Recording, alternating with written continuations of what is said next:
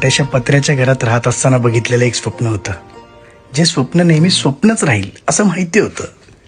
पण आई शपथ, आज ते स्वप्न पूर्ण होते. पोटाला आता कमी नाही गोटा